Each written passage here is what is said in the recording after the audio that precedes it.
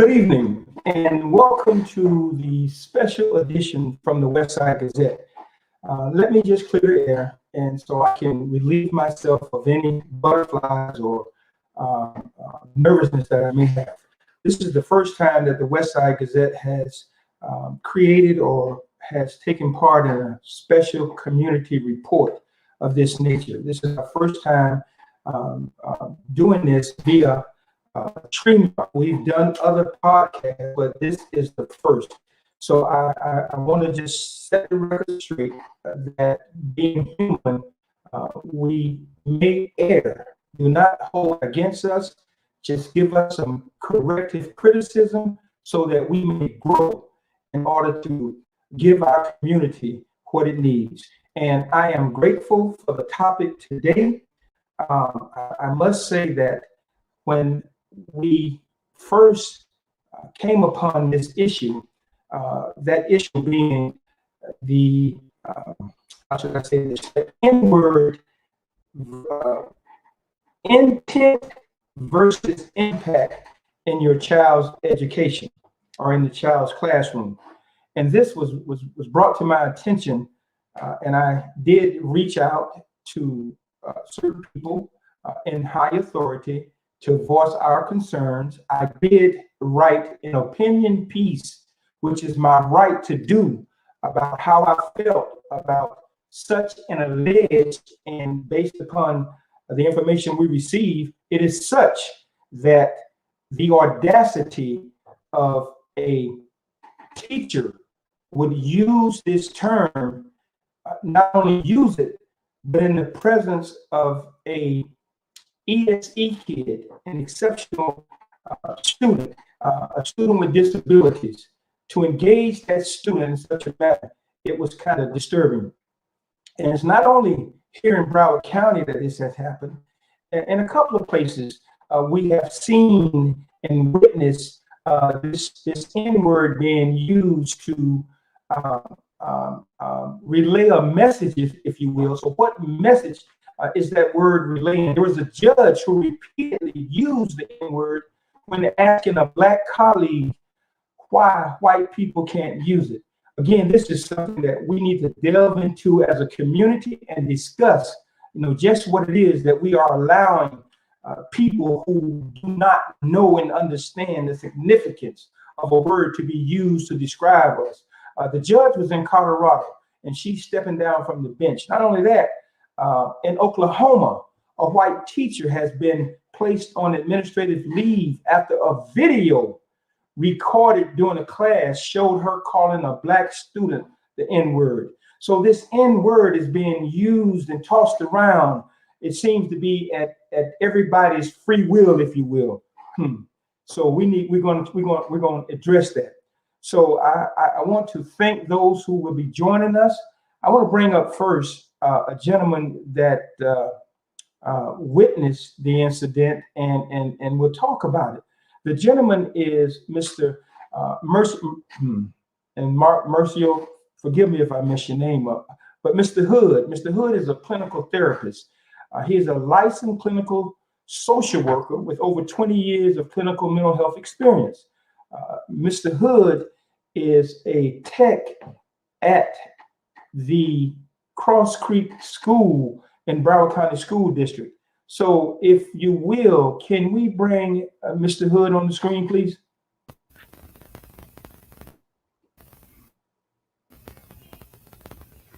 Good evening, Mr. Hood.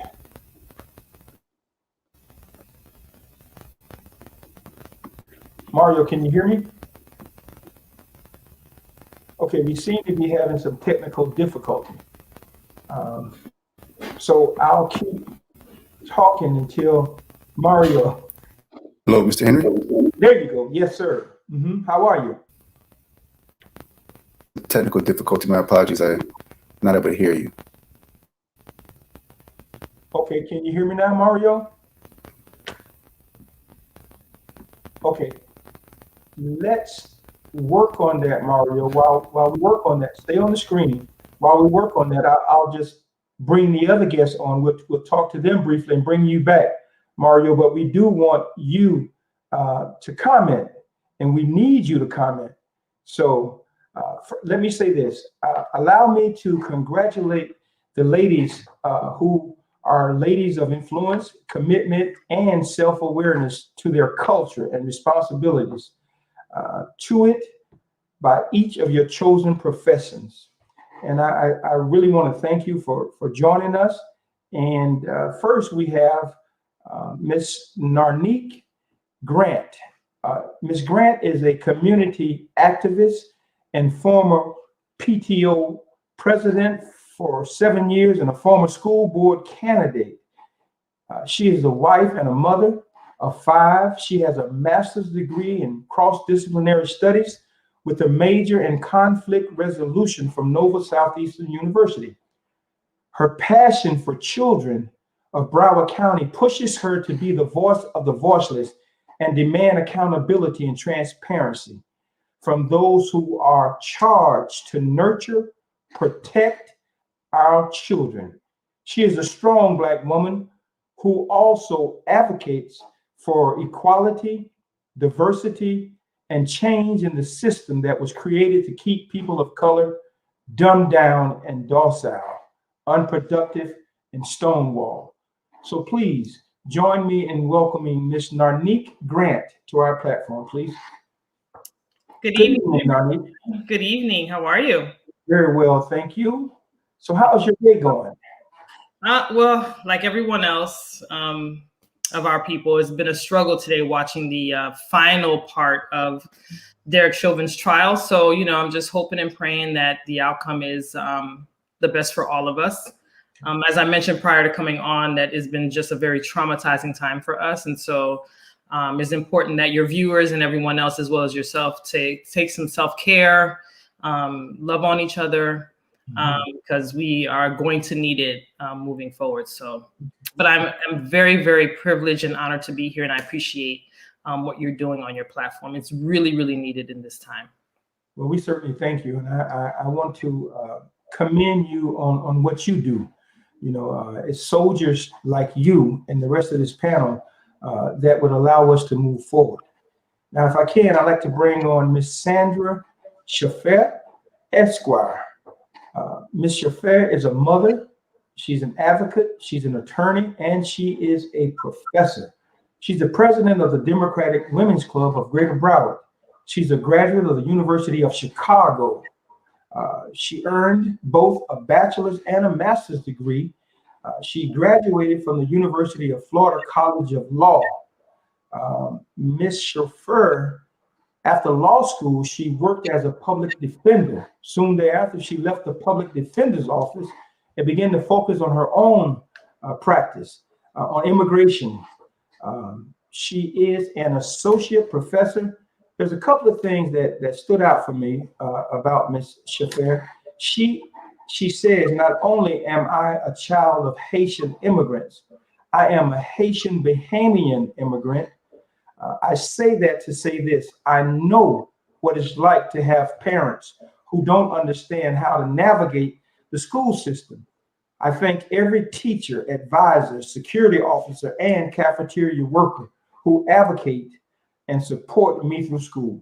She's a mother of a daughter that's on the autism spectrum, who you may not know or understand unless you've been there.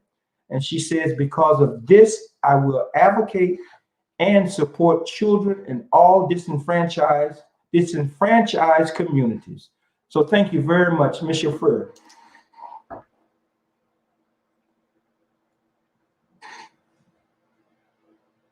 I'm sorry. Good evening, everybody. How you all doing? Very good. Apologies, I was on mute. I sound all special. Thank you for that introduction. You are special. You all are special, and I mean that. I say that from the bottom of my heart. I know that Black women, all right, I understand the role that you have played, both out front, beside, and in some cases behind. But I am damn sure elated that you're up front in this battle. So I thank you. Okay. Thank you for the opportunity. Okay. You're more than welcome, Madam Attorney. Mm-hmm. If I could next, Miss Calibra Jacobs Reed. is a South Florida native and a 22-year veteran teacher. She graduated from Miami Killian High School, Florida State University with a BA in French, parlez-vous français, and the Florida International University with a master's in international business. She worked for 5 years as a teacher advocate and was the first African-American vice president of the Broward Teachers Union. Kay, as she is affectionately called, is currently a parent advocate for children with disabilities, the Human Rights Committee chair of the Broward Democratic Party, and the president of the Miramar Democratic Club. Kay is married. She's a mom of 2 children, and that mulatto Pooh, is that a puppy? She currently volunteers her time in the community advocating for disabled students. She also loves spending time with the family. I'm not going to tell you any more. I'll let her do that for herself. So please, Ms. Calibra Jacobs Reed, thank you. Hello there. Mute. Unmute. Mhm. There you go. Thank Yes. you.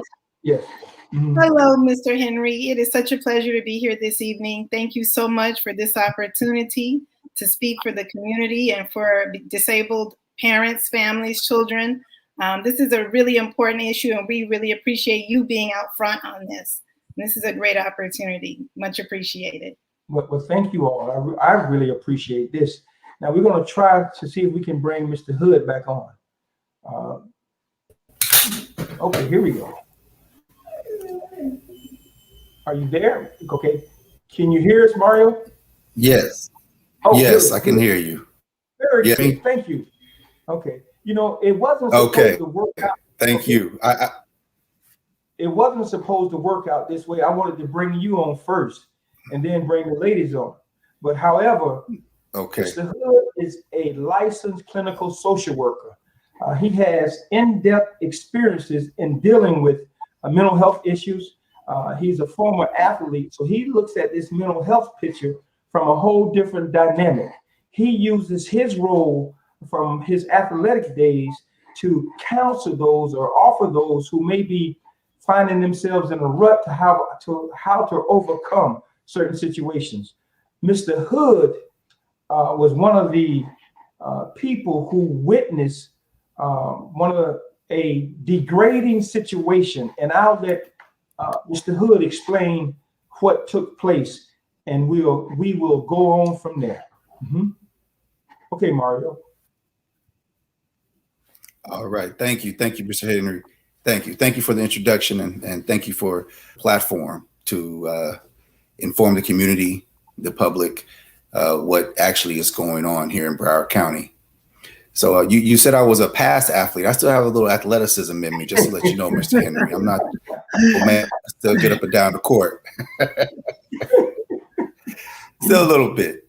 Mhm. But yes, I definitely one of my passions. I played high school, college, and even after college, some basketball, and still dabble into it a little bit, nowadays and whatnot. But definitely using just the mindset of athleticism, I definitely incorporate that in my therapeutic approach. But again, so thank you, and thank you for here, Grant, and Miss Reed, definitely for their platform to assist in the subject. So I'm just going to dive right in. I am a mental health therapist here in Broward County Schools. I've been with Broward County Schools for over 20 years.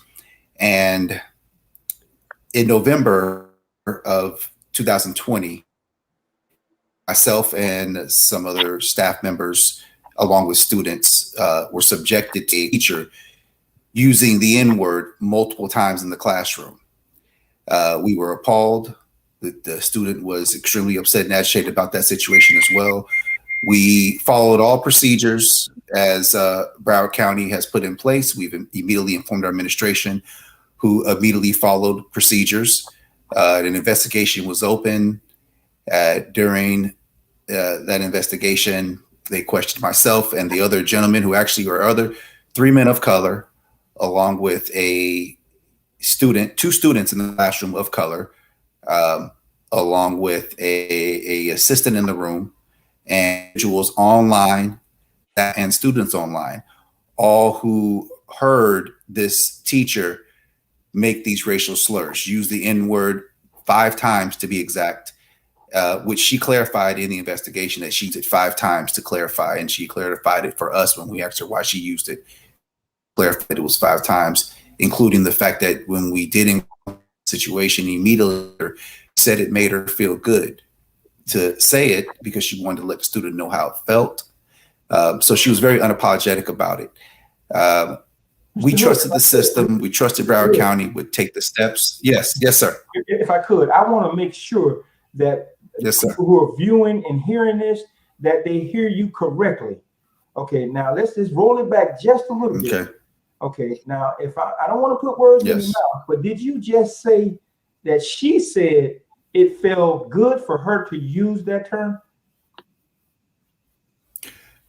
My recollection was out the room and made her feel good. To clarify, Mr. Henry, in the report, because now the case is closed by Broward County Schools, in her report to SIU, she clarified, she corrected myself. She said it made her feel great.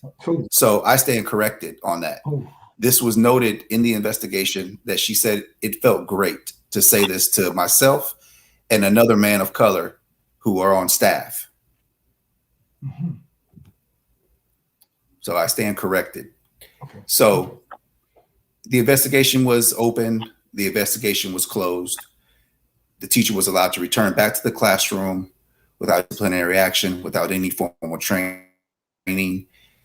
The district policy that they have in place for situations exactly like this apparently was not followed through. It was apparently stopped on someone's desk who gave it the stamp of approval and allowed this teacher to return, close the case on the child, and to add, never opened up a case in regards to the staff and how we were discriminated against in this situation. That was not even addressed by Broward County or the union or anything of that nature.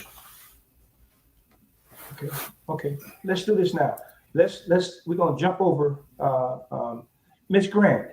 As a former PTO president, how do you grasp this? How do you deal with this? And I'm going to put my parent hat on for a little bit. And so listening to this and seeing it for the first time and reading the reports that are published now, I don't understand how is it that someone who is white makes a racial slur in that manner and still has a job. And I am not someone who is who actively wants people to lose their jobs. That's not my thing. But I am extremely sensitive when it comes down to children. And if I understand correctly, Mr. Hood can correct me, this school is for children who are emotionally disturbed. And this school is set up specifically for those children. So it's not like this is new to the teacher. Yes.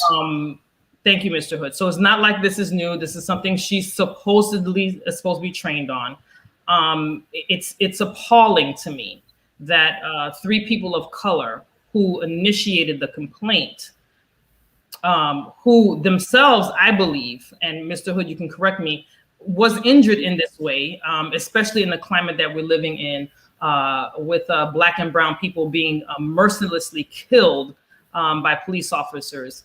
And we've already been traumatized. We're all traumatized by this. And for 3 men of color to launch a complaint and it not taken seriously, number one, and they not even getting due process themselves, number 2, and this child and the children in the classroom. And Mr. Hood didn't saying that, but there were other kids in the classroom. There were kids at home who were on teams, and there were 2, I think a student or another student, 2 students in class. This all unfolded in the middle of all of that, in the midst of that. And so conversations between myself and my co-host Sandra and Kay, one of the things that kept on coming up when we had a conversation is the theme of how long this behavior goes. It doesn't just stop in the classroom. I am extremely appalled that this woman was allowed to go back into the same classroom. And Mr. Hood, I don't want to cut in front of you and tell the whole story, but this woman was allowed to come back in the same classroom with the same students. I've never heard of any such egregious behavior. There is a woman currently in Duval County, a teacher in Duval County, who has been removed from her classroom, reassigned to, I guess, a library somewhere, and being brought up on charges of misconduct because all she had was a Black Lives Matter flag on top of her classroom door. And she didn't even say anything racial or anything that would be dangerous to the children. And this teacher was allowed to do that.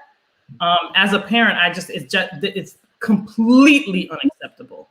Completely unacceptable. Okay, we've talked about it. Has anybody said anything about, has the parent been involved that we know of? As you know, I know Ms. Shaffer, as you stated, Haitian and Bahamian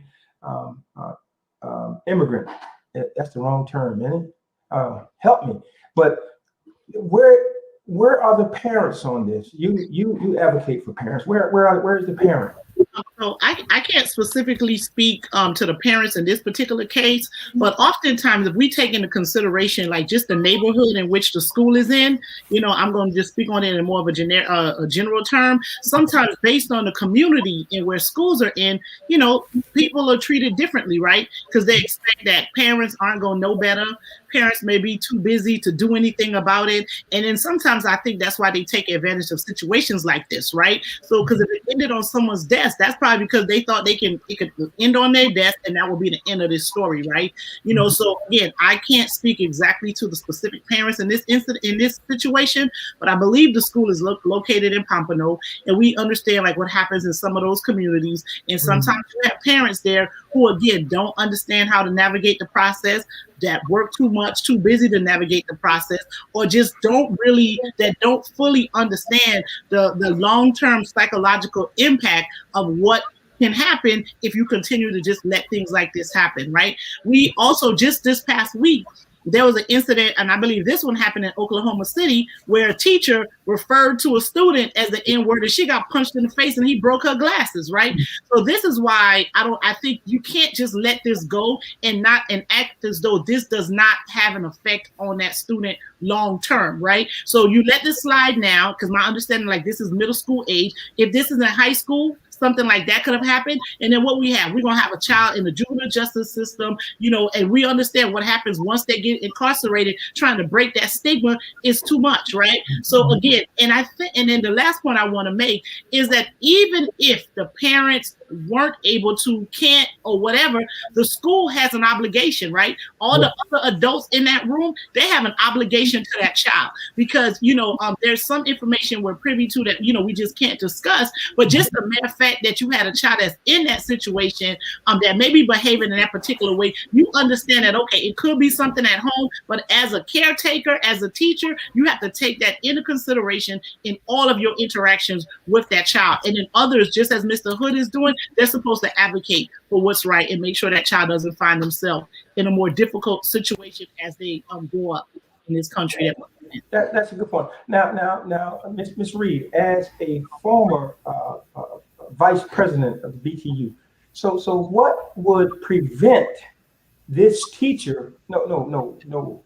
How is it that this teacher can go back into the classroom? So speaking, and again, this case, I'm not currently at BTU. However, with my knowledge of the teacher contract, it would have been BTU's responsibility to advocate for her as ferociously and as much as they could. They always go into it with the assumption that we're going to try to assume there was actually no harm done by the teacher. So I would say in this case, BTU won, because they, had her returned not only with no penalty, no additional training, but also gave her additional time, 4 days from what I understand, planning because she had been out to prepare herself to come back.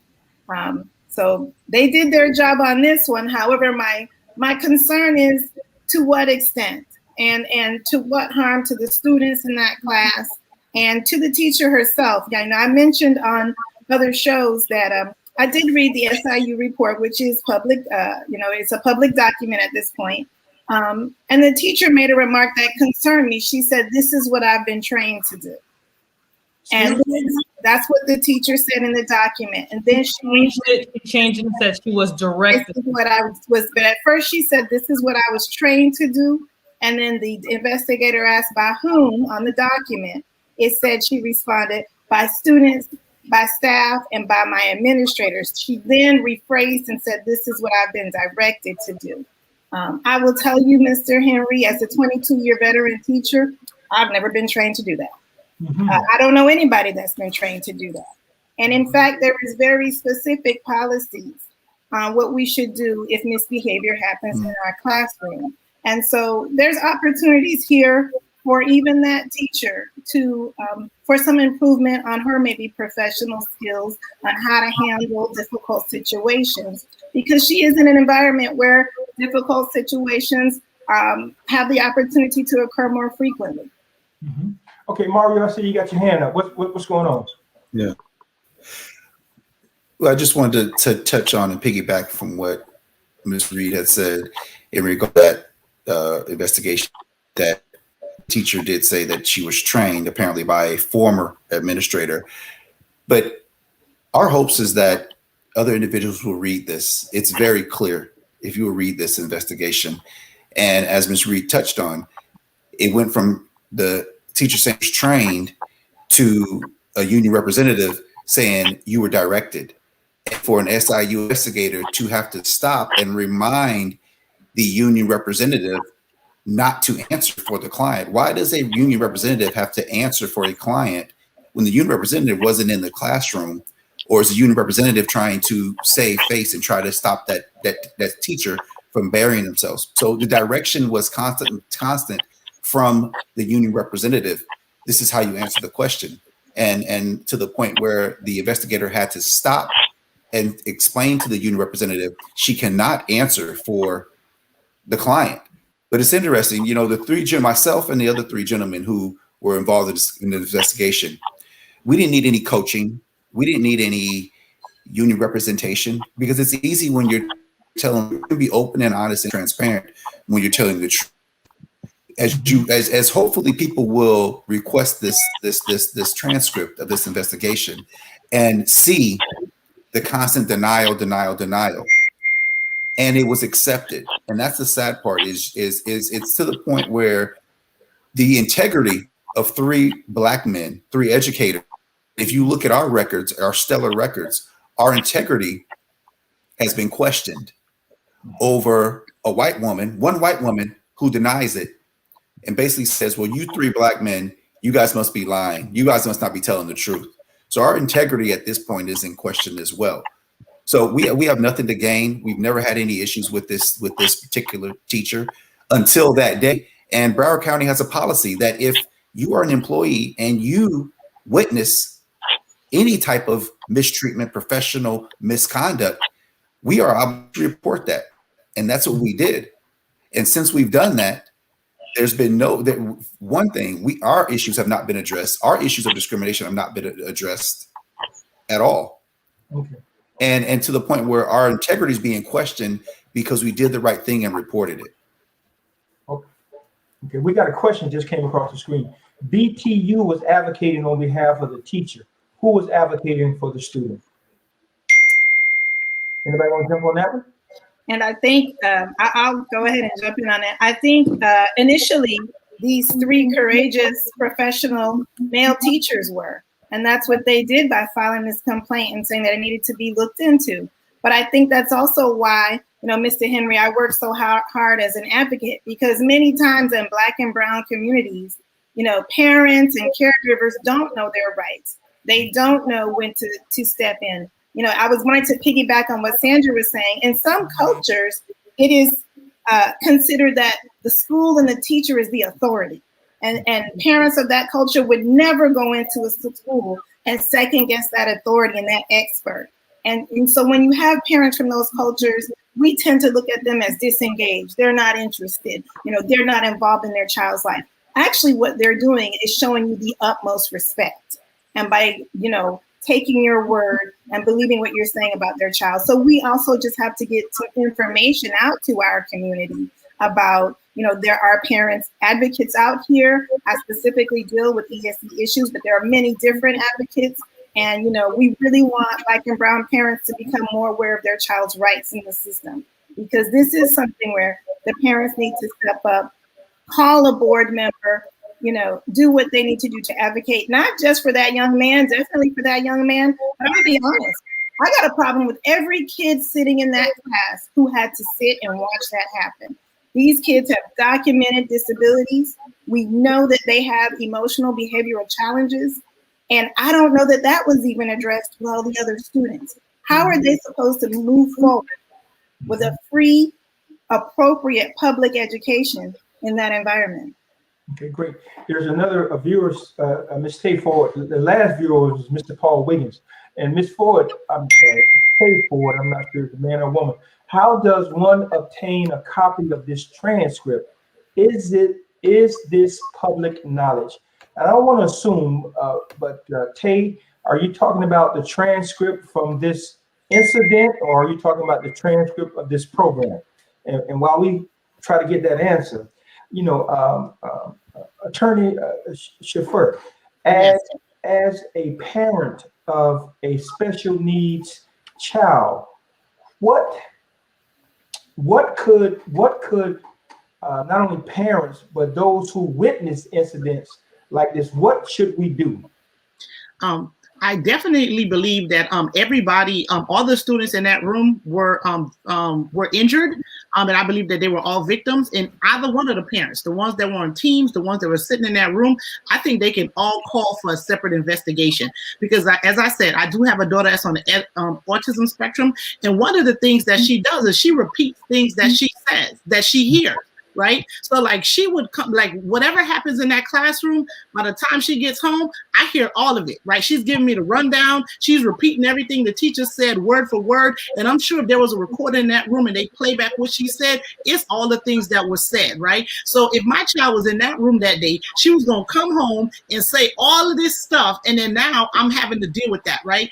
And one of the other things, so for me, any one of those parents, as of right now, they can come and still request a separate investigation. Because the other thing that happens, like not only do they just come and tell you what happened that day, they constantly repeat it, right? And the other thing that happens is that it comes up in sometimes the most inappropriate times, right? So now I'm also affected by an incident that happened in the classroom that I had nothing to do with, because now I'm gonna be like watching my daughter like a hawk so she don't mess around while we sitting in the restaurant and start repeating what the teacher said in the classroom, right? So that's the part that they don't understand, is like this thing goes far beyond what happened in that room. It just goes out. It affects the parents. It can affect the public. Because I've had my child say some things in rooms and I'm just like, oh Lord, we gotta go now, right? And because of it. So that's what, and I'm just very stunned that all of the professionals, besides the Mr. Hood, Mr. McCorvey, and the other man that was involved, don't understand this,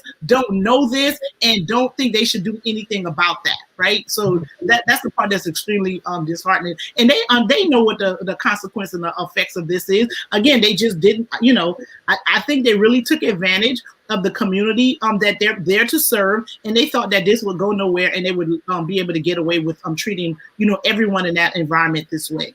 Okay, Ms. Grant. Okay, the Tay wanted to know, how can she get a copy of that transcript?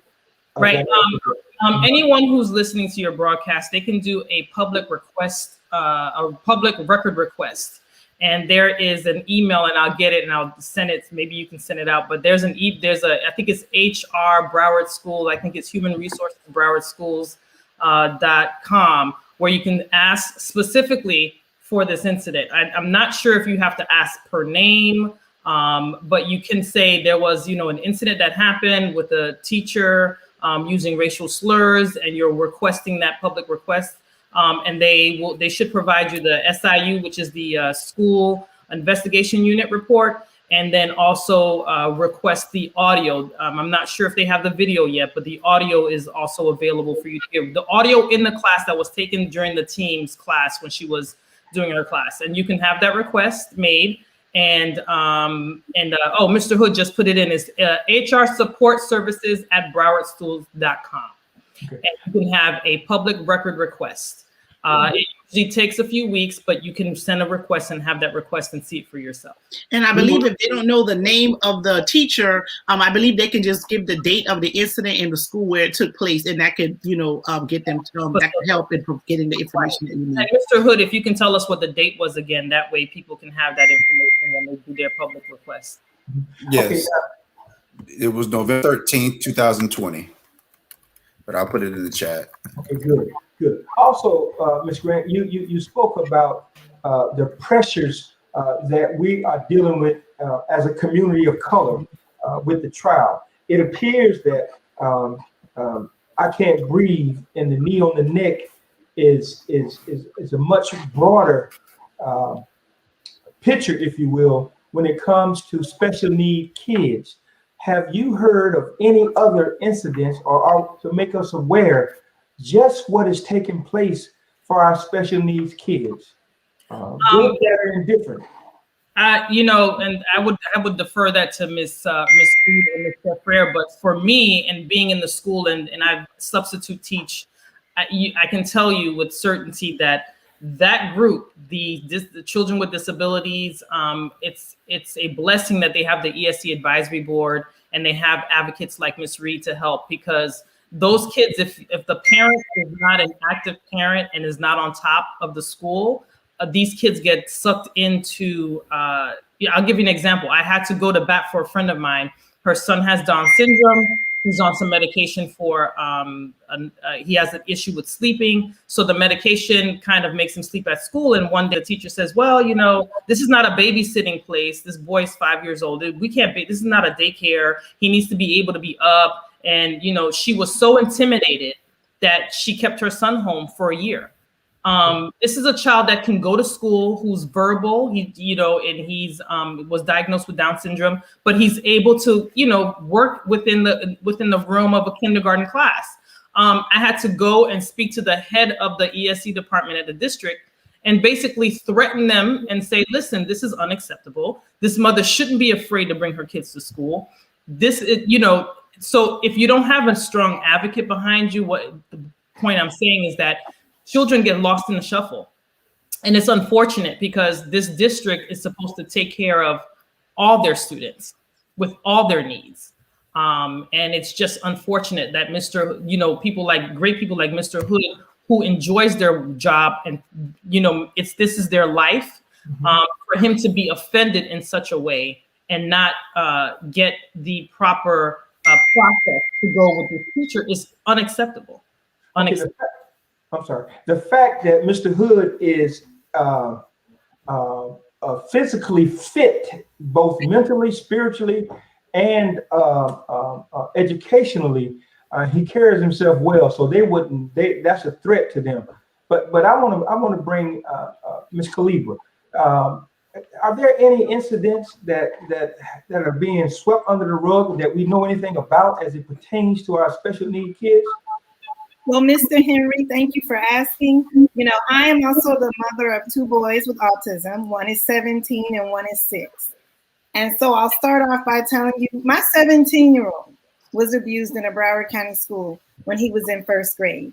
So this is a battle that I've been fighting for the last 16 years. His teacher put her hands on him, squeezed him so hard, his face turned red, his ears turned red, pinched him because he went and had the audacity to sit in her chair. And again, this is a child diagnosed with autism, mid-range autism.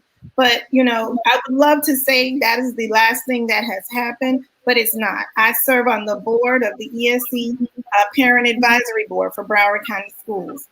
Every week, Mr. Henry, every week, we have parents who contact us on a monthly basis, come to our meetings and report something is going on. Maybe their children, we have reports of children being denied field trips because they have a disability. They aren't invited to field trips. We had that huge incident at Pasadena Lakes, if you remember, about 2 to 3 years ago, where the kindergartners went home cursing in English. The parents speak Spanish, and found out that they had been exposed to profanities, the entire class. We continue to struggle, Mr. Henry, in this district. And if you ask me, I wouldn't say that the issues aren't addressed. I feel like it's systemic because they're addressed one by one. So if I have an issue and you fix it for my son, but you haven't fixed it systemically, that issue then pops up for Nikki's son or Sandra's son or Mr. Hood's son. I think that's where we fail the children in the community, that we don't go back and look at systemically. If it's been 16 years since Dylan was mistreated, how can that possibly still be happening in this district? Okay, I don't want to give a false picture, but I do want folk to understand that this problem, when I was a kid with a problem, let me just say that, and I was a behavior therapist as well for boys in a residential treatment center. So I know how difficult it can be when you're pushed to the limit. Now, I took that job. Nobody put a gun in my head and made me not take it. So when we find ourselves in these positions, you know, we need to receive some treatment as well. Now, I want to back up for a minute. And Mr. Hood, I want you to give us a brief synopsis again, so those people who are just tuning in could understand what transpired, because we're going to need people to get involved and get this thing reopened, or whatever it takes to get some justice, if you will. So if you could, just recant that in about 2 minutes, if you can.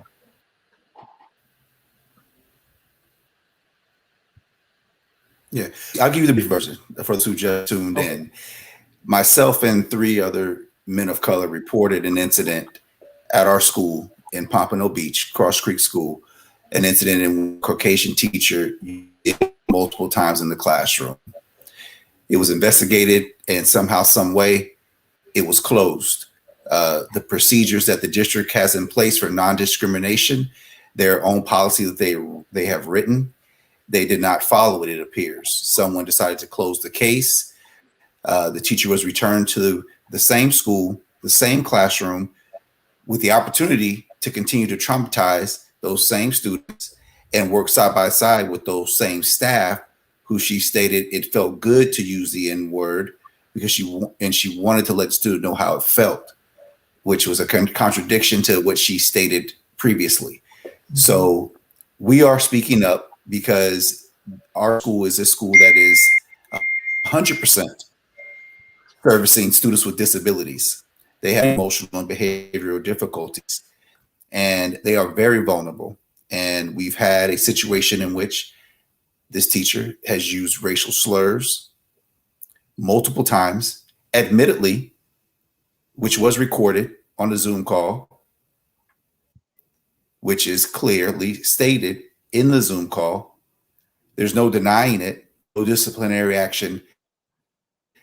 Absolutely nothing was provided. And at this point, we're seeking answers as to who stopped this investigation. Why wasn't this child protected? Why weren't these employees protected? Okay. Okay. And can I add, like, you know, Mr. Hood is being nice because he said that she said it several times. For the record, she said it 10 times, right? It was 10 times. She said the word 10 times in a row, right? And after she had the conversation with Mr. Hood and the other gentleman outside, she came back in the room, and for about another 20 minutes, she was laughing about it and continued to talk about it, and just like, oh, I'm still laughing in my head. Yeah, it felt good to say it, and all that. And this went on for like over 20 minutes, and that's the part of it that's so damaging, right? That okay, if one thing for her to do, like, well, I was just trying to tell them what happened, and that's why I used the word. And if you hear the audio, so those of you that are going to request the report, request the audio too. That ain't even what the young man said. That ain't even that. I'm not going to say that he didn't say a bad word, but that was not even the bad word that he said for her to even say that she was repeating what happened, right? And she says it 10 times, which is like, okay, you could have made that point with 1, maybe we'll give you a pass on 2, but 10 is an absolute stretch, right? That's why it's so problematic. And then to recount the incident, laugh about it for about the next 20 minutes,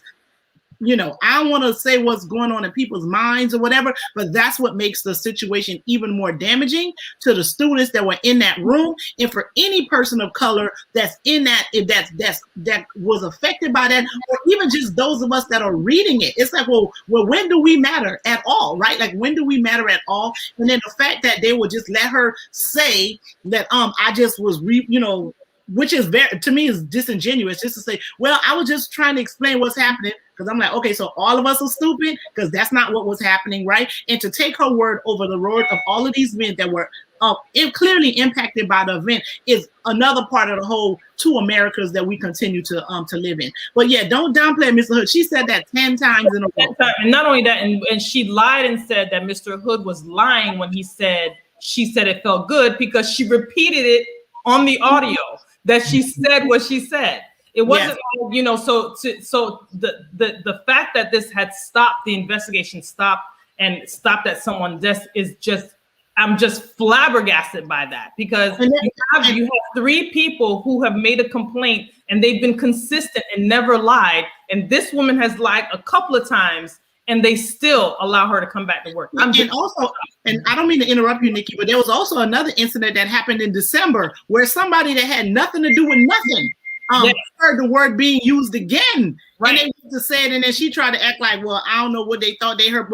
I mean, the people that were spoken to said they don't remember what happened. You know, they don't remember the words being used. But this is another person, another brother of color that made, that said, listen, this is what happened. I heard the word being said again, but instead of taking his word for it, they took her word to say, I don't know what he's talking about. I was having a private conversation about. Can I ask a question too? Because I have an issue with, as you were saying, Mr. Henry, and also to Mr. Hood. As a parent of a child with special needs, again, who hasn't always gotten what he needed to get in school, I've had to supplement that at home.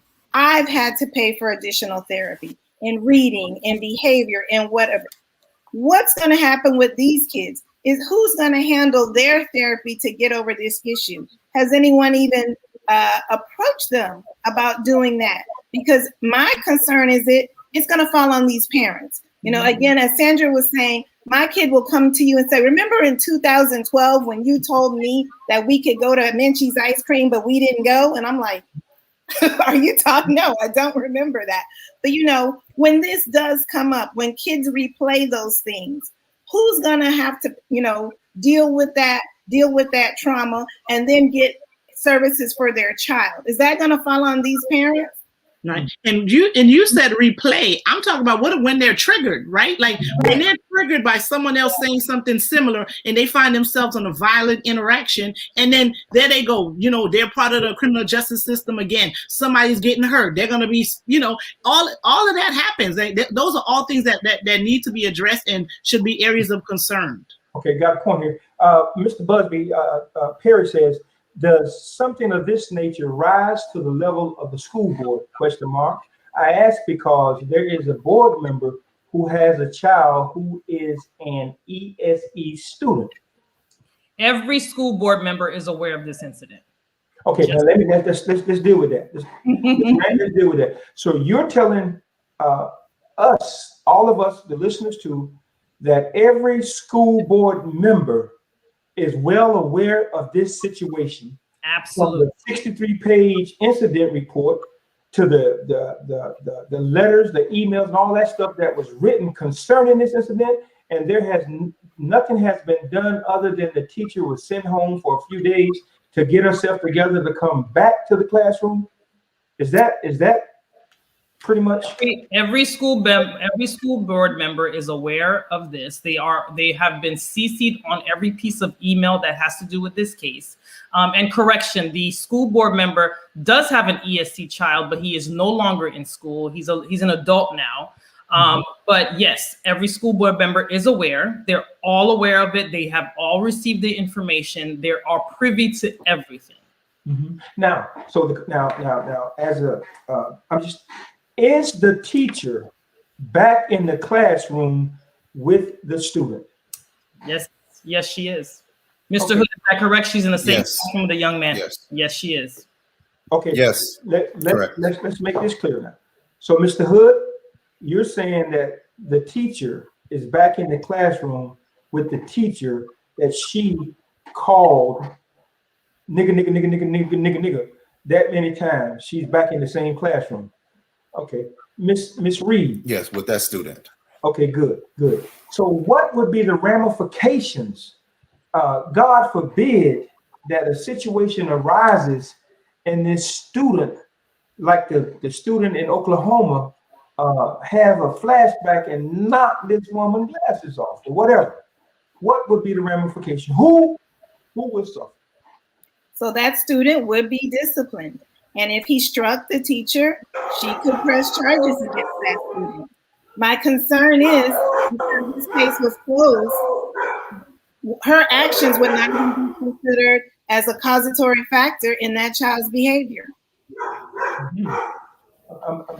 Ms. Sandra, from the legal standpoint, what's your view on that? He would be taken to the juvenile justice system if the teacher decided to press charges. And then, the fact that he was had experienced some trauma before, that's a mitigating factor in determination of punishment, but it doesn't stop, the person from being charged, right? They'll take it into consideration and when they're deciding on what type of punishment to impose. But yes, the child will be arrested and charged with assault, battery, maybe even aggravated battery. There'll be some criminal mischief there because the glasses were probably damaged in the process. And there'll be, depending on the price of the glasses, it could possibly be a felony charge even. Because of the age, it will go through the juvenile system if he was still younger. But if in high school, they can always decide to direct file that child into adult court, depending on the age. So there's a lot of consequences to take into consideration. So if it's just juvenile, they'll adjudicate him delinquent, put him in a program, community service hours, all different types of things that he really shouldn't have to deal with if people cared and took care of him in the very first place. Ms. Grant, okay, so what do we do? What can we do as a concerned community that have those of us who have read the reports, those who will ask a public records request for the report, then what is it that we should do as a community? Well, first step is request the transcripts. That's the first thing. Second thing is we send emails. And I know that this does sound tedious, but we have to start somewhere. Send emails to all the school board members as well as superintendent. I see someone had a question and said even the superintendent. Yes, the superintendent is aware of what's going on.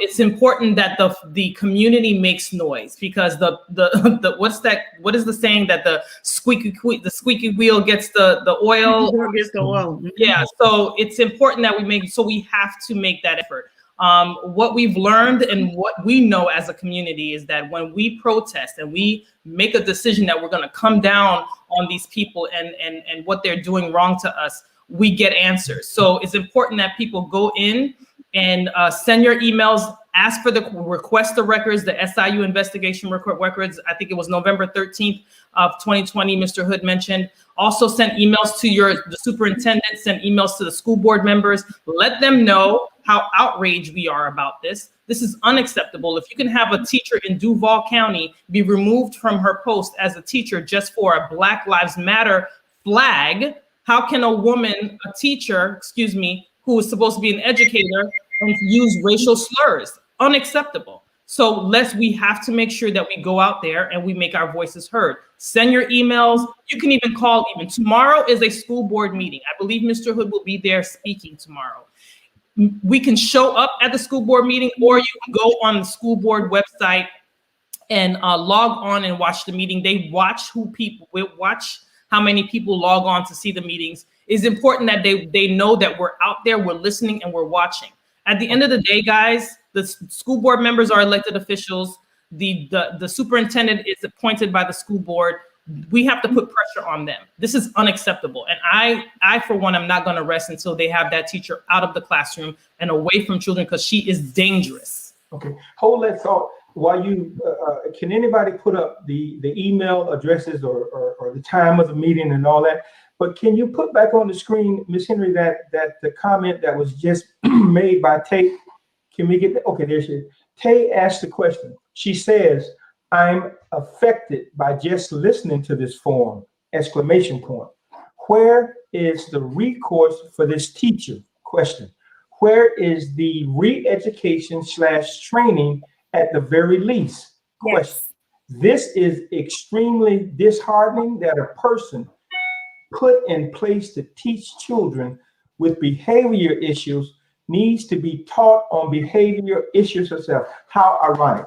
Again, I'm going to say this. You know, I've been on that side. Okay, I've you know, in order for me to move from one point to another, I had to keep a physical log every time I experienced emotion that would cause me to act out. So there is recourse if it is deemed necessary. Now, if the powers that be are saying that there was nothing needed, what other recourse do we have? Well, Mr. Henry, as a teacher and as a parent, but really as a teacher, I'm concerned about the slippery slope this has set. If this one teacher can go in the classroom and say that in front of, you know, kids with special needs, what about my son's teacher? What if she says something? You know, today is the N word. What if someone were to say something about, you know, Jewish people or the LGBTQ community or, you know, any derogatory term? I just feel like I also want the ESC parents to get involved. We cannot just stand aside and say, well, that's one kid. This is an issue that once you allow teachers to speak that way, if someone else does that tomorrow, how could you punish that person if there was no recourse for her? Okay. Okay. Is there, okay, the meeting on tomorrow, what time is that meeting? So the school board meeting is all day. However, the speaking time, oh, Mr. Hood is talking. Mr. Hood, you have to unmute yourself, sir. Yep. No, go ahead. You got it. You got the information. School board meeting is all day. However, they have public speaking around 5 o'clock in the evening. So I would advise everyone to check in and out during the day. They start at 10 a.m. They're supposed to have public input at 5 p.m. If you want to try to time yourselves to get on there. But even though you still should jump in there in between in the interim, because there's important things being discussed, especially if you have children in the school system. I don't want anyone to, it does get kind of mundane. However, it's important that you at least look at the agenda and see what they're talking about. But public speaking will come in at 5 o'clock. Sometimes it's sooner. So that's why I say, you know, between 4 and 5, kind of keep checking in to make sure. But they do see the amount of people who log on to see the meeting. And when they see there's a slew of people coming on, they take notice. So that's important. Okay. Okay. All right. We're getting close to the hour mark. School board meetings is posted. And if we could wrap this up with a plan, if you will, or something that would allow us to be mindful and to act, not react, to make sure that we're doing what's necessary for those students who need it the most. Mr. Hood, if we can start with you, because you're right in there. You're on the firing line. You're in the foxhole. So what can we do to help you? We'd like answers. Bottom line, where did this investigation stop? Who signed off to send teachers like this back into the classroom? We're looking for answers. We want people to be held accountable for the decisions that they make. That's what we want. And again, as Ms. Reed said, it's not about just one child. This starts with this child. What other incidents have occurred that we're unaware of that no one spoke up about? And how many more will continue to occur if the county sets this as a precedent? So our expectation is that moving forward, those individuals who signed off, who said case closed, turn the other cheek, that they're held accountable. And the public is aware of the decisions that they're making and hold them accountable. It's unfortunate because the policy that the school board has put in place against discrimination is to protect everyone, the victim and the accuser. And unfortunately, the policy they put in place hasn't protected anyone because they haven't followed it. It hasn't protected the child. It hasn't protected us as a staff. And unfortunately, teachers like this, they need help too. And that's why that policy is in place, is to help people like that, who need that training, who need to be removed for a period of time, who need to learn how to control their behaviors and their attitudes and their emotions and their racial position.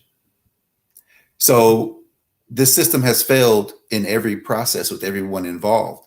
Because believe it or not, yes, that teacher who made those slurs, she's been failed because she's been able to be back into the classroom and do the exact same thing she's been taught to do, or been, as is stated in the investigation, directed to do before. So she needs some new direction. So that's what we're looking for, answers and change. Okay, let me ask you this, to be perfectly openly, there was a letter written from Mr. Runcie about this whole incident, and that's that, but I just want to be open, transparent, if you will. He did write a letter saying that he found through due diligence with the other folk involved that there was nothing done. So that, I'm just saying that. Now, we're going to go around the clock because we're running out of time. I do want us, okay, Ms. Harris, there's another viewer. Ms. Harris says, I understand that the 10th Amendment limits the federal role for most education policy. So typically we are deferred to the local levels, reference our public schools, but there may be remedy through Title VI on the federal level because of the racism that is involved. Ms. Sandra, can you speak to that, or is that, are you? I can't. I can't speak to. I don't practice educational law. I'm not familiar with. I don't get into that part of it. But we don't even have to get into the legal mundaneness of this. We could just get onto the human side of it all, right?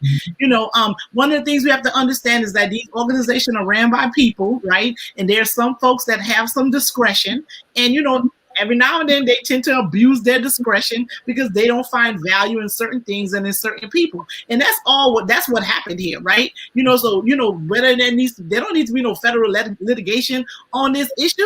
We just need to hold people accountable for what they did and just put their feet to the fire when they do something wrong. And and to give them all of the benefit of doubt in the world, maybe they didn't fully understand. Maybe they thought they had all of the information and didn't hear what they happened. And my parents are from the, I'm from the islands. My parents are from the islands. I didn't really understand race, like the whole thing about racism until I actually went to college, right? Because I was always surprised when other Black folks would say something about me being Black, right? So maybe there's some different relationship or understanding of the word and all of that kind of stuff, right? But maybe they don't know better. I'm just giving the benefit of the doubt.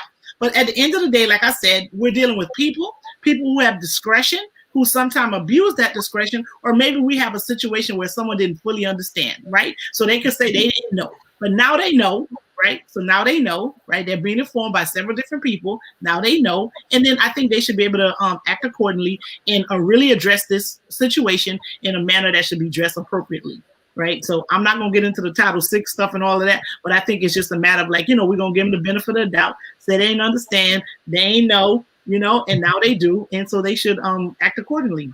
Okay. And that's based on that SIU investigation. It don't sound like people didn't know what they were doing to me, child. Okay. I'm just okay. And for those out in the audience who are not privy to the SIU investigation, is something that you really should get and read, and you can see the tenor and tenor of the whole ordeal. Okay, Miss Reed. Now, in your capacity, right? All right.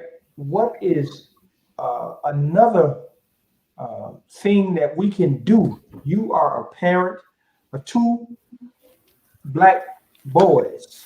All right. The gentleman involved with this case is a Black boy.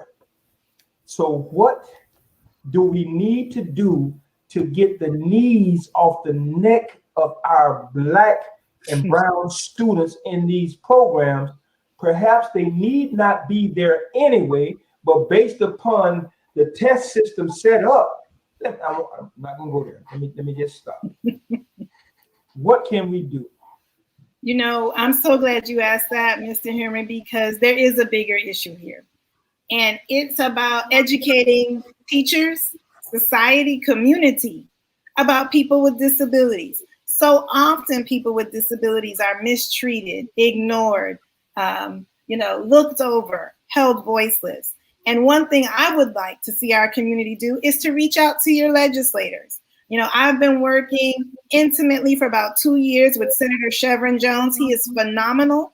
And we are working on some potential legislation so that we will bring education into schools to actually learn about disability history, to actually learn about how we should have more tolerance and how we can have better inclusion in classes. You are right.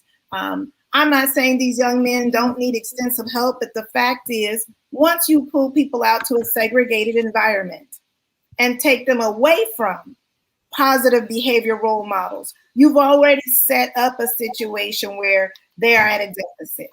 If we as a county and if we as a state can get to a place where we understand disabilities better, we can then work to integrate them and allow them to be successful in this system. And the last thing I want to add, Mr. Henry, because you did bring up Title VI, and I'm not that familiar with Title VI, but I am familiar with the state legislation. I want to be very clear. It is against the law in Florida to use obscene language in the classroom. It is considered unprofessional and it is considered misconduct. Great. That is Florida statute. Okay. We got from Mr. Michael Anderson. Michael is a pastor down on the southern part of the county. Mike says it's impossible to educate a child that's not in your capacity to elevate. Classrooms are no place for condemnation. So thank you, Mike, on that. All right, we're gonna wrap it up. Who did we miss on the last go round? Did we miss anybody want to say anything before we go? We cool? My peoples, listen, we have been traumatized enough. We do not have the luxury to allow things like that to slide anymore. And it's important that we reach out and make sure that our voices are heard. This is our time.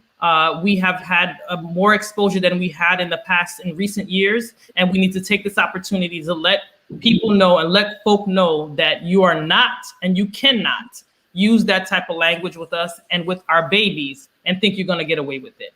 That is unacceptable and not on my watch. Very good. We're soldiers with you.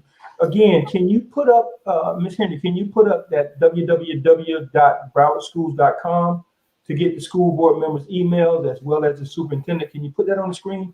Absolutely. And Mr. Henry, I will also get you the email for the ESC Parent Advisory. If there's any parents out there and you have not known about it, but now today you know, we have a whole committee of parents run by parents where we will take your concerns, your questions, your complaints. We will help you work through the district to make sure you get just treatment for your child. As a bigger issue, we really are trying to get some reform in this system for all children. Okay.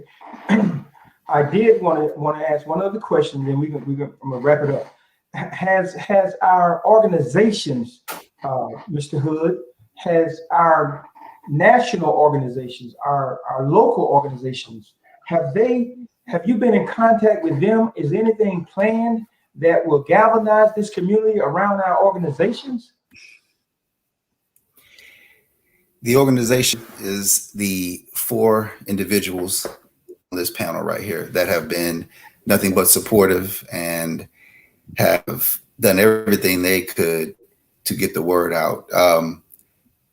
Be honest with you, Mr. Henry, I'm still waiting, still patiently waiting for some additional support. We're waiting for some backup. We're waiting for the troops.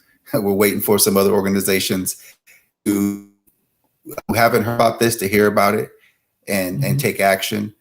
Some official paperwork was put in with local organizations. So I'm patiently waiting for some feedback on that. But the soldiers are right here, to be honest with you. Okay. Okay. Well, ladies and gentlemen, we certainly appreciate you for participating in the Westside Gazette's first special community report, the N-word, intent versus impact, in your child's classroom. Now, I know that the N-word is it's a word that could be used in several forms and fashion to communicate several different things amongst several different people.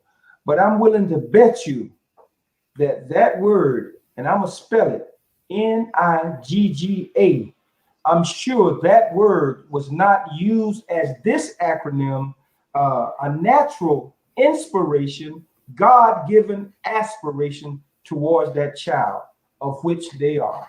So I want to say good night, thank you, and we're not done yet. Good night. Yes, thank you. Thank you. Good night. All right. Good night.